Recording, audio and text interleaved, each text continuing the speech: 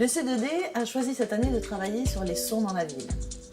Il a décidé d'explorer la dimension sonore de l'agglomération et pas uniquement se focaliser sur les nuisances, mais aussi étudier un petit peu les aspects positifs, attrayants, voir ce qui donne une identité sonore au territoire. Il travaille dans deux objectifs. Un premier objectif qui est effectivement de faire émerger une identité sonore à ce territoire ainsi qu'à ces 28 communes bien sûr. Et ensuite un deuxième objectif qui est de voir éventuellement avec les services de la métropole ou les services des communes comment est-ce qu'on pourrait traduire cette dimension sonore et comment est-ce qu'on pourrait la prendre en compte dans les politiques publiques.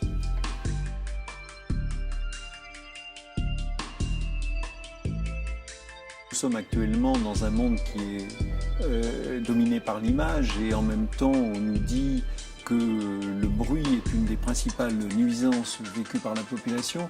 Alors est-ce qu'on ne peut pas avoir une approche plus positive du son dans l'agglomération, aboutir à une sorte d'image sonore de cette agglomération? En quoi l'image sonore de l'agglomération bordelaise serait différente de celle de Marseille ou de Lyon ou de Lille?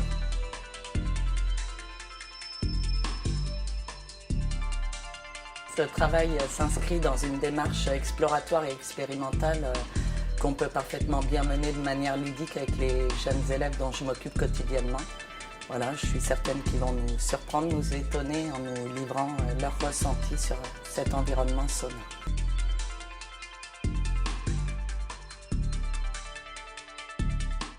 Dans cette approche fine, il y a déjà une population un peu particulière qui a sans doute cette approche-là. Ce sont les malvoyants ou les aveugles qui ont développé à la fois en tant que point de repère, mais en tant qu'alerte, en tant que aussi environnement plaisir. Ils ont sans doute une vision à nous donner de la perception de l'agglomération. Et c'est ce qu'on va chercher à faire, peut-être pour alerter les pouvoirs publics sur quelques aménagements ou quelques éléments de valorisation de cette image sonore de la métropole.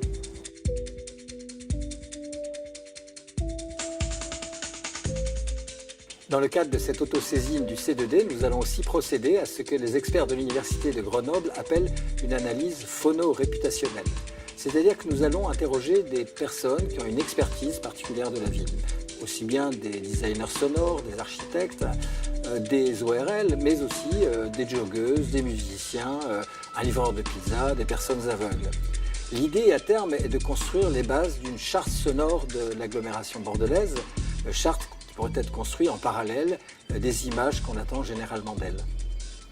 Donc vous l'avez compris, l'idée c'est de mettre en place des actions expérimentales avec un maximum de citoyens de l'agglomération et ça commence par un questionnaire qu'on vous invite à remplir. Retrouvez et suivez le C2D sur son site internet et les réseaux sociaux.